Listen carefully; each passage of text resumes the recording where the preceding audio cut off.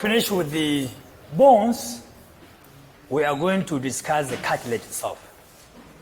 So we'll finish everything regarding bones, and then finally we'll discuss about the cartilage itself. So now, somebody asked about osteoclast. We will not discuss the osteoclast now until we discuss what happens to the bone itself. You see, in any of our bones, that's what we call fracture. Fracture da Hausa shine karaya ko? So somebody can have a fracture as a result of anything. Maybe fall from height, or maybe accident, or maybe fight. All this can cause somebody to, have a fracture.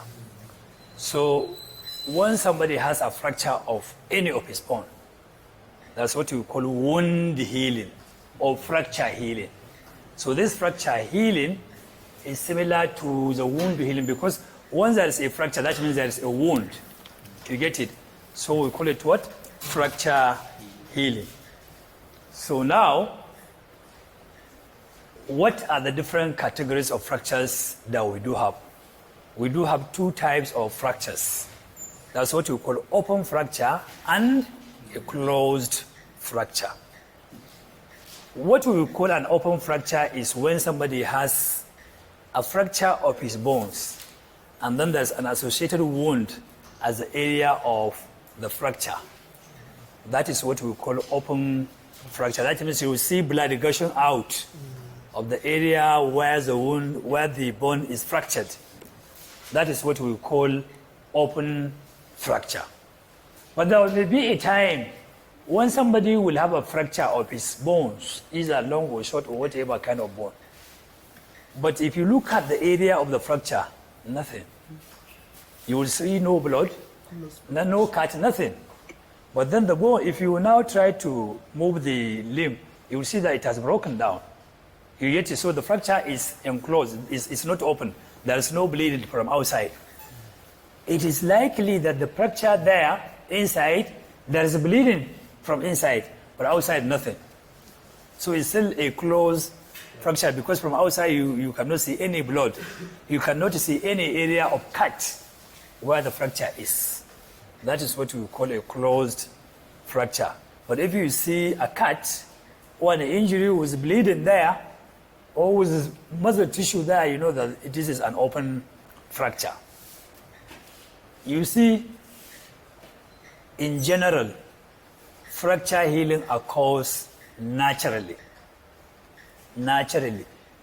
If you have a fracture and you get your friend to catch hold of your fractured ends and align them and put some hard materials around the fractured ends and you wind around some cloth around, you keep it immobile for about 6 weeks, it will heal. Even if you don't do anything on it, it will heal. Insofar you are immobile. But then the healing may not be as much as if it is done. The alignment is not going to be well aligned. The reason why we go to hospital for fracture repair is to align the bones. Because once there is a fracture, you see, if this is a bone fractured,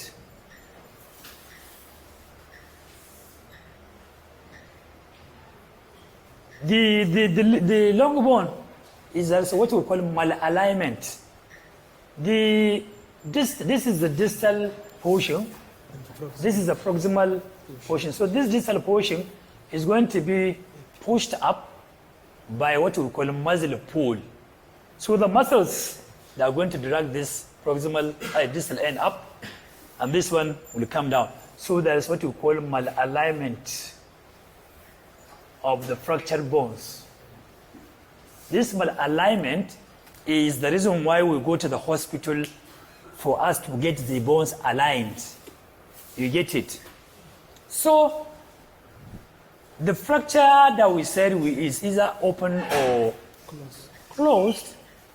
The open fracture is a little bit worse than the closed fracture because this one may be associated with underlying infections. Because once there is a wound Probably maybe it was an accident. And the person that had the accident may fall on the ground.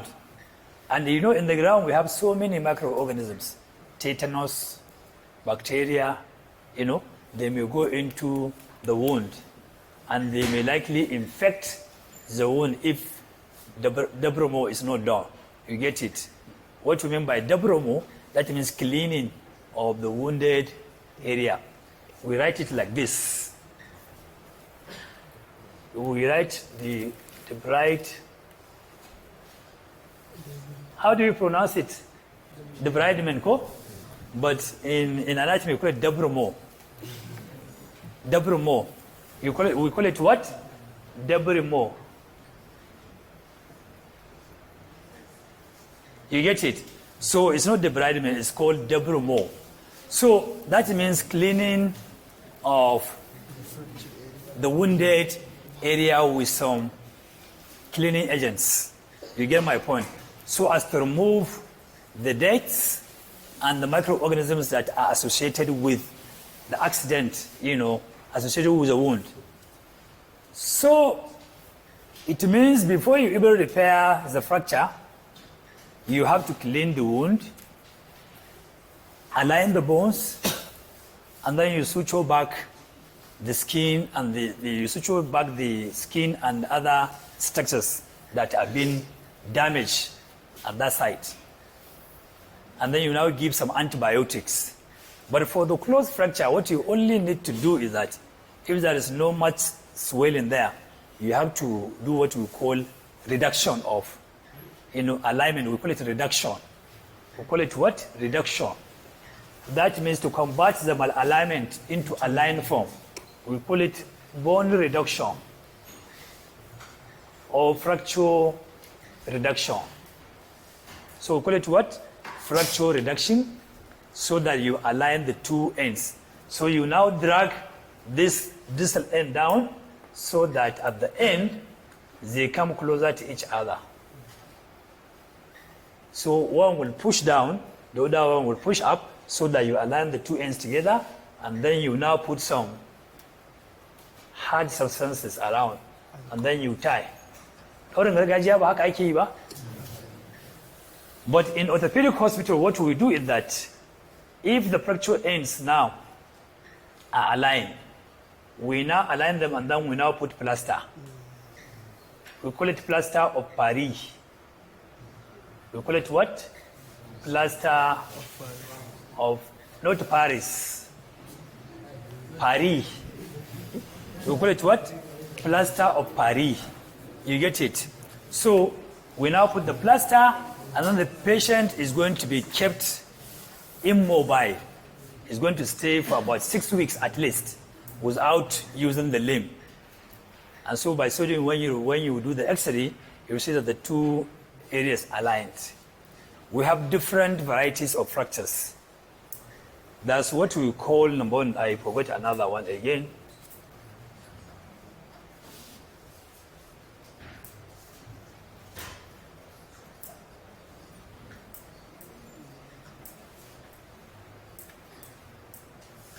There's also another one here. So,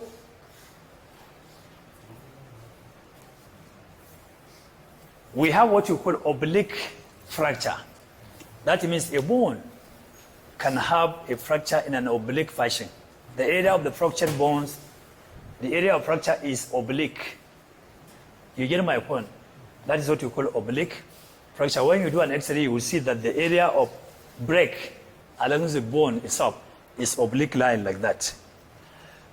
The area of break may also be transverse like that or horizontal. That is what we call transverse fracture. You can also have what you call spiral fracture. That means it goes in a spiral manner from one end to another end, and then it goes backward. That is what we call spiral kind of fracture. You can also have what we call a green stick fracture. The green stick fracture, it happens in children, in which if you now take a branch of a tree, these fresh trees, not the dried trees, when you try to break the branch, You see that it is not broken completely because it is still soft.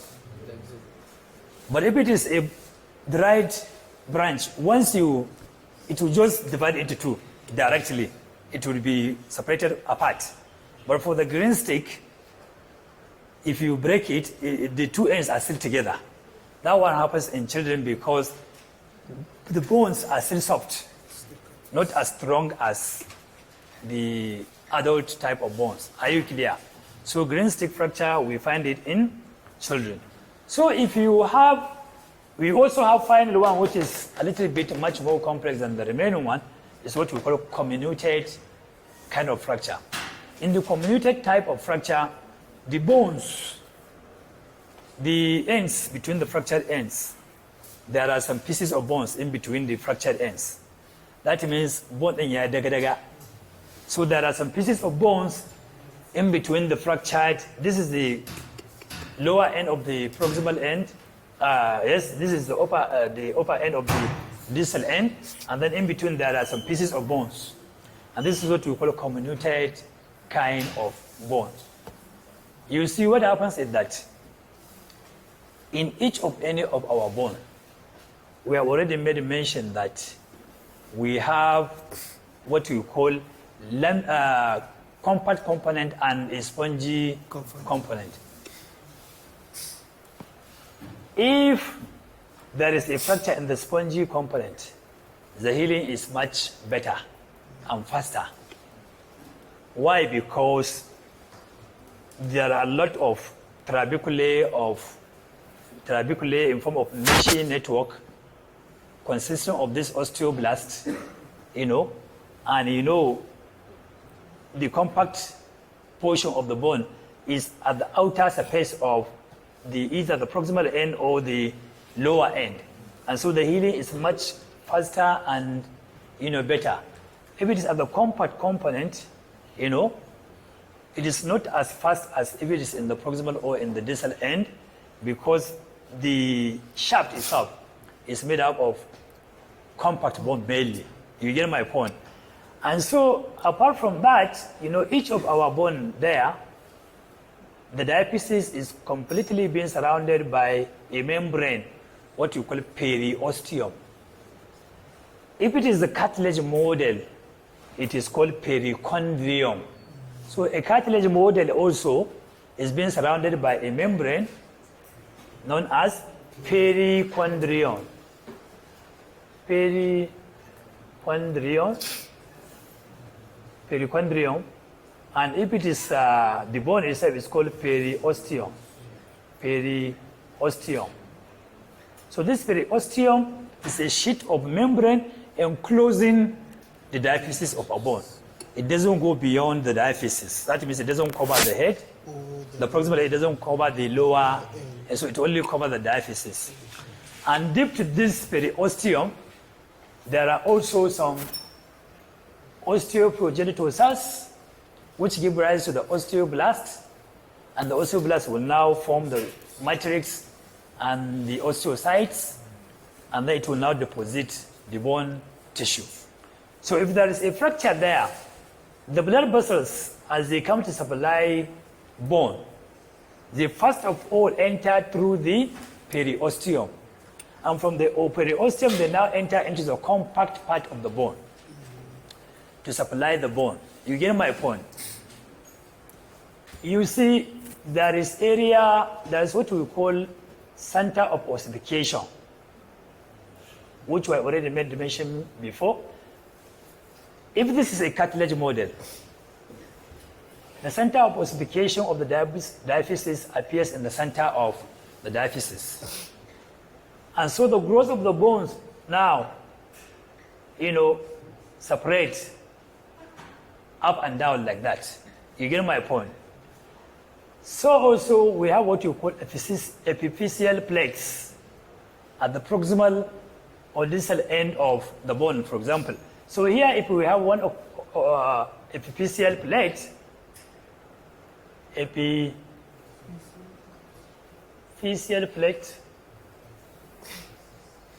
here you may also have center of ossification there, and then the ossification begins coming down to meet, the ossification taking place from the diaphysis. You get my point?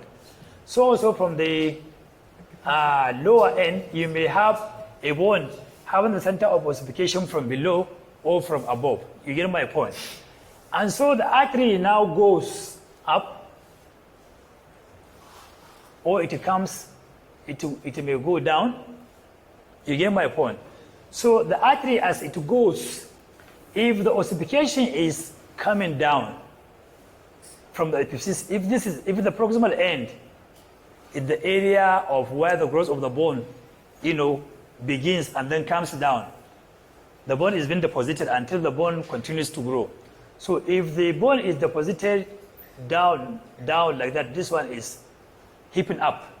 So the artery enters in to go to the area where the bone formation is. So as the artery is going up, the deposition is coming down. So they go parallel.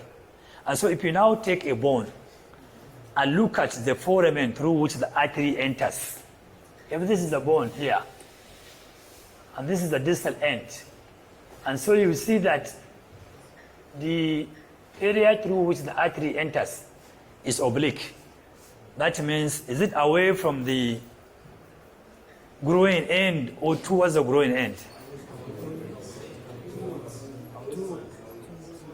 Towards the growing end.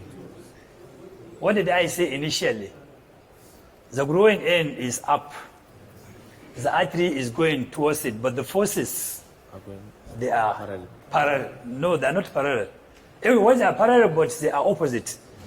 This one is coming down, depositing and going up. This one is going up to supply the area. So that means it's towards the growing end. Are you clear? So that is it. So we have now seen this.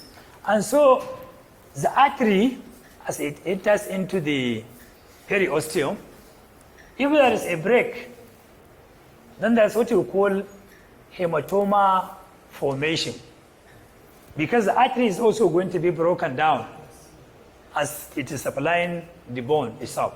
So there is a hematoma formation, that means blood is forming. That is what you call hematoma formation. So the blood will accumulate as the area of the fracture,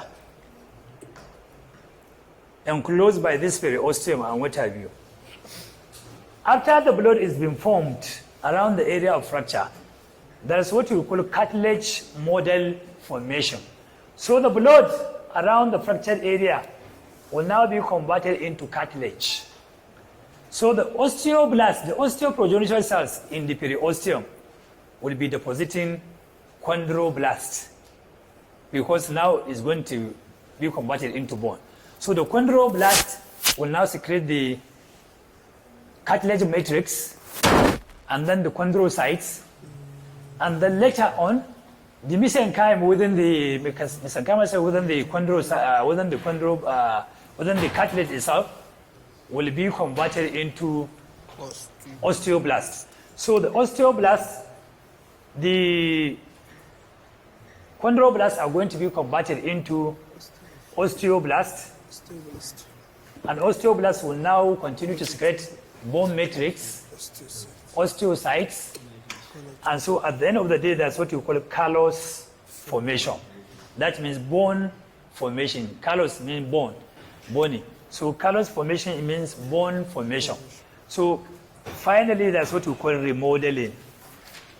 It is from this remodeling that we come to this osteoclast.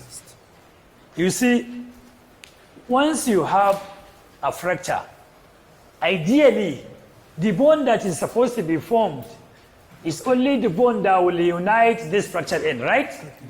But unfortunately, excess bones are going to be formed around the fractured end, so that you will see that the fractured end, after healing, it becomes bogus. Yes, very big, like that. The area is swollen because of the excess bone formation.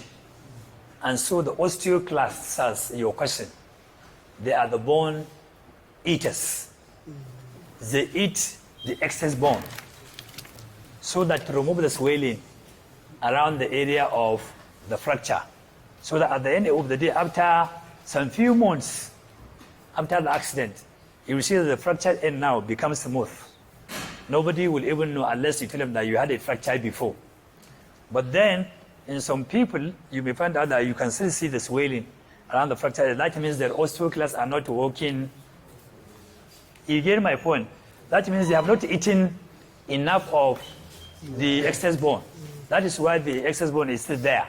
But if the osteoclasts are many, it means, the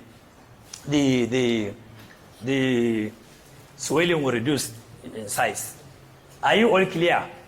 Now we've seen how this remodeling taking place as a result of osteoclasts, and so the swelling will now get reduced. So we have now seen that. So what is now left for us is to discuss the joints, and then we now discuss the cartilages. You see, apart from discussing the bones, joints are also important in that, joints are the ones that allow us to, make our own movement. You see, joints is like the way we have defined it before. We said when you have two or more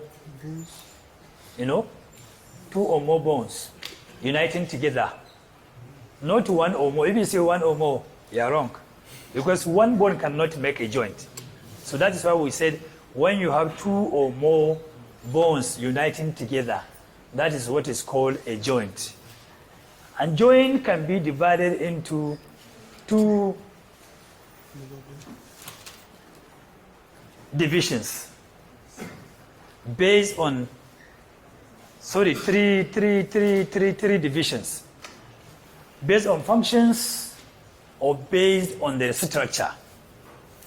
So that means classification of joints is either functional classification or structural classification.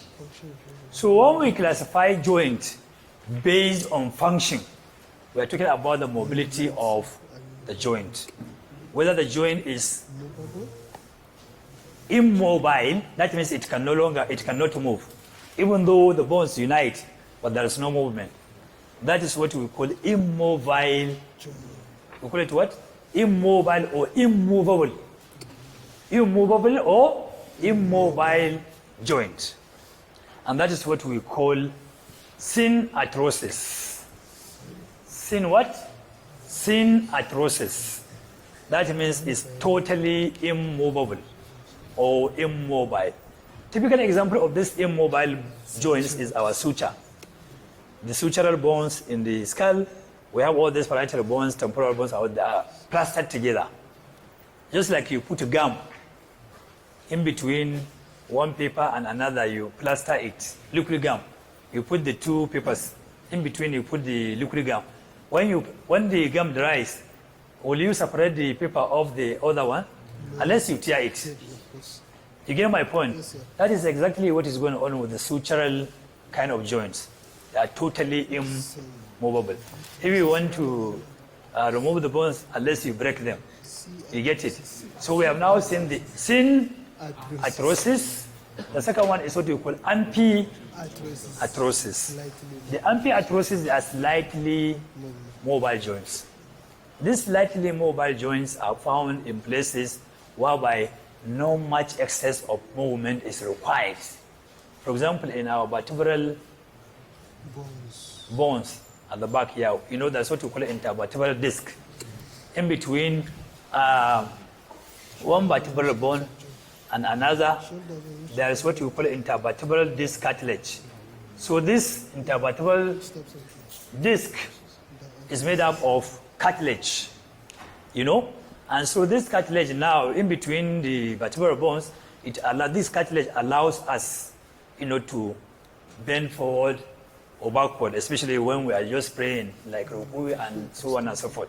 And so this is a slight, and they also move, lateral movement, side movement, like that. So they allow slight movements, and also we also have what we call diarthrosis. These are freely mobile joint. Freely mobile in the sense that you can move them is like in 360 kind of, movement like that. You get it? So like our synovial joints. So this is what we call diarthrosis, the highly mobile joints. And so we said, typical example of this are our synovial joint, like the shoulder joint and the hip joint and so on and so forth. Of course, you can, So now we've seen, so the structural division of the joint, we also have what we call fibrous joint, still in the sutural joint. Fibrous in the sense that the structure that joins the bones together is fibrous tissue, the collagen fibers. They gum the bones together, and that is why they are called fibrous joint. And so they are immobile, like our sutural. So fibrous joint is the same thing as thin arthrosis. Are you clear? Similarly, cartilaginous joint, which we say is slightly mobile, not as mobile as this synovial joint. Typical example is what we call our intervertebral disc joint, the cartilaginous joint in our vertebral bones, and also our pubic symphysis. In the middle line now, we have two pelvic bones united together in the middle line by our pubic symphysis.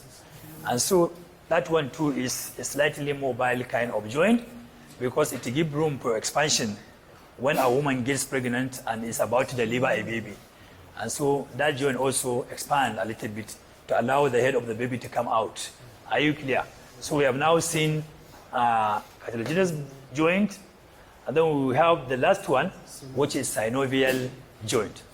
The synovial joint is like a kind of joint that is lined by synovial membrane with a lot of, synovial fluid in there to prevent friction. And so we have different kind of synovial joints. So the synovial joints are divided based on the shape of the articulating bones. We said the synovial joint is further subdivided into divisions or into parts based on the shapes of the articulating bones themselves. We have what we call plain synovial joint. The plain synovial joint is a situation whereby you have the articulating bones, all the surfaces are flat. So this surface here is flat, and this one too is flat. And so the two together, they articulate, and then they form plain joint. You get it? So typical example is our intercarpal joints. The surfaces there are flat, and also our joints in the proximal interphalangeal joints, the surfaces there are also flat. We also have hinge synovial joint, typical example like our knee joint. And those ones, they allow only one direction of movement, flexion and extension. So you have one of the articulating area is convex, and the other one may likely be concave. So you have a convex kind of joint, but it's synovial. Are you clear? So, but it allows only one direction of movement. That is what we call hinge joint. We also have condyloid joint. Condyloid joint is typical example is like our metacarpophalangeal joint, the knuckle joints. Yeah, the hand knuckles. Yeah, these ones. And so those one too, they have concave and convex kind of surfaces, and they also allow, flexion and extension, but yet, they allow another movement. So they have multiple, they have greater than one kind of movement. That is the difference between, even though they have concave or convex articulation surfaces similar to that of the hinge joint, but for the hinge, it allows only one direction of movement, flexion and extension. But for the knuckles, you can flex, you can extend, you can abduct, you can adduct. All this, happens. You can move the knuckles, sideways and towards the midline, and then you can flex, and then you can extend. And so that is the condyloid joint. You also have saddle joint. Saddle joint in that, you have siddi ko siddin doki saddle siddi da Hausa ko kun ga mun yi sata so because saddle is English but Bahaushe say siddi, you understand? So it's like if this is your buttocks, so this is your buttocks sitting on the saddle of a horse. This is concave, the buttocks is that one too is also concave, convex, but because of the shape of the articulating surface, and it allows multitude of movements like this our thumb, the junction between the first metacarpal and the distal first phalanx. I mean first we have proximal row and distal row of the metacarpal bones. And then these metacarpal bones, they now articulate with, we have scapuloid and the lunate, the proximal and the distal, metacarpal bones on the lateral side. So the lunate now articulates with the first metacarpal bone, and so it forms a saddle kind of joint. And so this joint, you can see that it can make an opposition. Look at the joint, look at this thumb. I can make this opposition movement. This is my thumb. So look at this joint. This one, this side, I can move it toward this to make, and then I can bring it back. Take it here, bring it here. And then I can also do like this, backward, extension, forward, flexion. So I can flex, I can extend, I can make opposition movement. You get it? So this is the saddle joint. You get my point? So similarly, again, we have pivot joint. Pivot in the sense that one too is concavo convex, but concavo convex in the sense that you have a ring enclosing something like a ball. If you now look at the radial head and the ulna, if this is the ulna like this, so that's what you call a proximal radio-ulnar joint. So if this is the radius on the lateral side, this is the ulna on the medial side, and so this radial facet or articulating surface on the ulna, we call this one radial notch on the ulna. And on the medial side of this radius, that's what you call ulnar notch. On the radius. So the ulnar notch of the radius is convex. Articulates with the concave surface of the radial notch on the ulnar, so that it's just like a ring enclosing something like a ball. So to form something like, that is why it's called a pivot. The ring now encloses the ball. So this one now, enters into this. And so that is why it's called a pivot kind of, so it allows only rotation. That is supination and pronation only. You get it? And so that is the pivot kind of joint. And so the other one, which is the most important aspect of our joint, is the ball and socket kind of joint. This ball and socket joint is found in the shoulder, our shoulder joint, our hip joint, and so these are the typical examples of our ball and socket joint because of the shape of the articulating bones. You have a socket, and then you have a ball line. And even this one too is concavo convex, because the glenoid cavity of the scapula is concave, and the head of the humerus is convex. So even that way is concavo convex, where it allows a multi-axial, it allows a multiple kind of movements in multiple axes. You get my point?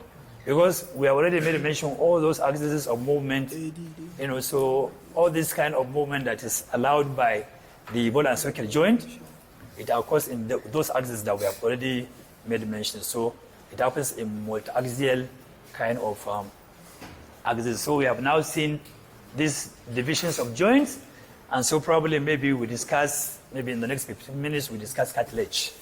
Can we, rest a little bit and rest a little bit, 5 minutes of it.